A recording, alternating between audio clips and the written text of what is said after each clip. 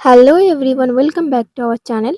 তোমাদের ডিএলএড এর ফার্স্ট ইয়ারের যে এক্সাম, অর্থাৎ 2026-এ যারা এক্সাম দেবে ডিএলএড এর ফার্স্ট ইয়ারের, তো তাদের যেই পিওয়াইকিউ আমরা বিস্তারিত আলোচনা করছি ভিডিওতে।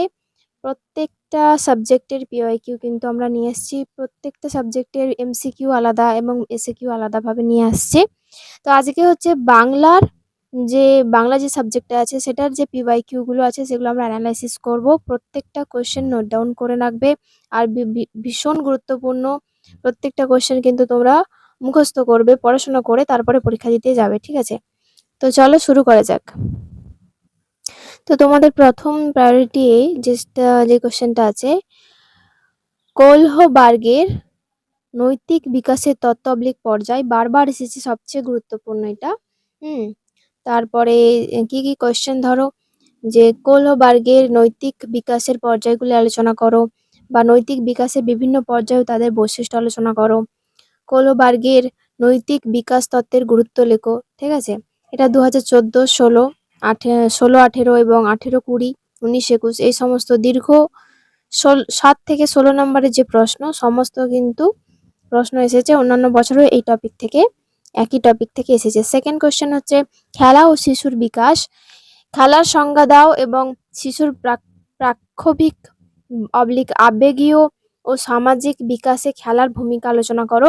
বিভিন্ন খেলার মাধ্যমে শিশু কিভাবে বিভিন্ন সমস্যা বুঝতে ও সমাধান করতে শেখে আলোচনা করো। শিশুর প্রজ্ঞামূলক যে সামাজিক ও প্রাক্ষবিক যে বিকাশে ক্রীড়ার ভূমিকা, সেটা আলোচনা করো। এটা হচ্ছে সেকেন্ড কোশ্চেন। থার্ড কোশ্চেন হচ্ছে নির্মিতিবাদ বা কনস্ট্রাকটিভিশন, ঠিক আছে? তো নির্মিতিবাদ কি? নির্মিতিবাদের মূল বৈশিষ্ট্য আলোচনা করো। প্রজ্ঞার ও জ্ঞানমূলক নির্মিতিবাদ কি? তারপরে ভাইগটস্কির নির্মিতিবাদ কি ব্যাখ্যা করো।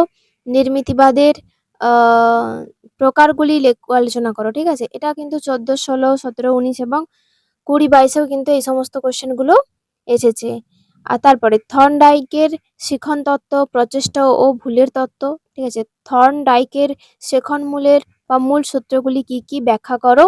থর্নডাইকের শিখন সূত্র এবং তার শিক্ষাগত তাৎপর্য আলোচনা করো। প্রচেষ্টা ও ভুলের শিখন তত্ত্বের বৈশিষ্ট্য আলোচনা করো। প্রচেষ্টা ও ভুলের তত্ত্বের শিক্ষাগত তাৎপর্য লেখো। এগুলো কিন্তু প্রায়োরিটি এতেই চলছে। 5 নম্বর কোশ্চেন রয়েছে, দেখো, শিশুর সামাজিকীকরণ। সামাজিকীকরণ প্রক্রিয়ার বিভিন্ন উপাদান বর্ণনা করো। শিশুর সামাজিকীকরণে পরিবারের ভূমিকা প্রভাব আলোচনা করো। শিশুর সামাজিকীকরণে পিতামাতা থেকে পৃথকীকরণের প্রভাব আলোচনা করো। একই কনসেপ্ট থেকে বিভিন্নভাবে বারবার এসেছে 14, 16, 2018, 20 এবং 2019, 21-এর গুরুত্বপূর্ণ ডেসক্রাইপটিভ যেই প্রশ্ন, সেগুলো কিন্তু এখানে দিলাম। তোমরা নোট ডাউন করে কিন্তু প্রশ্নগুলো ঠিকভাবে পড়বে। এবার আছে প্রায়োরিটি বি। প্রায়োরিটি বিতে খুব গুরুত্বপূর্ণ, যেটা পেঁয়াজের প্রজ্ঞামূলক বৌদ্ধিক বিকাশের তত্ত্ব। পেঁয়াজের মতে শিশুর বৌদ্ধিক বিকাশের স্তরগুলি কি কি, বা বিভিন্ন স্তরের বৈশিষ্ট্য আলোচনা করো। বৌদ্ধিক বিকাশের স্তরগুলির শিক্ষাগত তাৎপর্য লেখো, ঠিক আছে? এটা 15, 17 এবং 17, 19-এ এসেছে। এর পরের কোশ্চেন হচ্ছে ভাষার উপাদান ও ভাষা বিকাশের স্তর। ভাষার উপাদানগুলি কি কি, ভাষা বিকাশের বিভিন্ন স্তরের সংক্ষিপ্ত বর্ণনা দাও। একেবারে গুরুত্বপূর্ণ রিপিটেড কম্বিনেশন কিন্তু এগুলো, ঠিক আছে? আর পুনরাবৃত্তি যেটা এসেছে সেটা হচ্ছে 16, 18 এবং 17, 19-এ। এবং তারপরে কোশ্চেন হচ্ছে বিকাশের নীতিসমূহ। বিকাশের বিভিন্ন নীতি আলোচনা করো। বিকাশের যে কোনো 5টি নীতি উল্লেখ করো, ঠিক আছে? দেখো কোন কোন সালে এসেছে ডেসক্রাইপটিভ অংশে।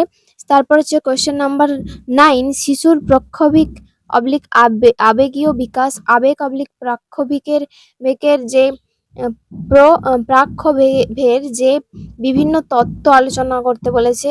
উত্তর বাল্যকাল পর্যায়ে শিশুর প্রাক্ষোভিক বিকাশ বর্ণনা করো। শিশুর প্রাক্ষোভিক বিকাশের খেলার ভূমিকা আলোচনা করো। এটাও কিন্তু রিপিটেড টপিক 2014, 16, 17 বা 16, 18 এবং 19, 21-এও এসেছে।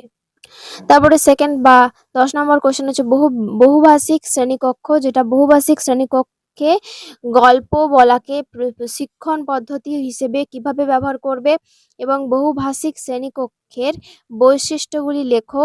বহুভাষিক শ্রেণীকক্ষে শিক্ষকের ভূমিকা অবলিক গুরুত্ব আলোচনা করো।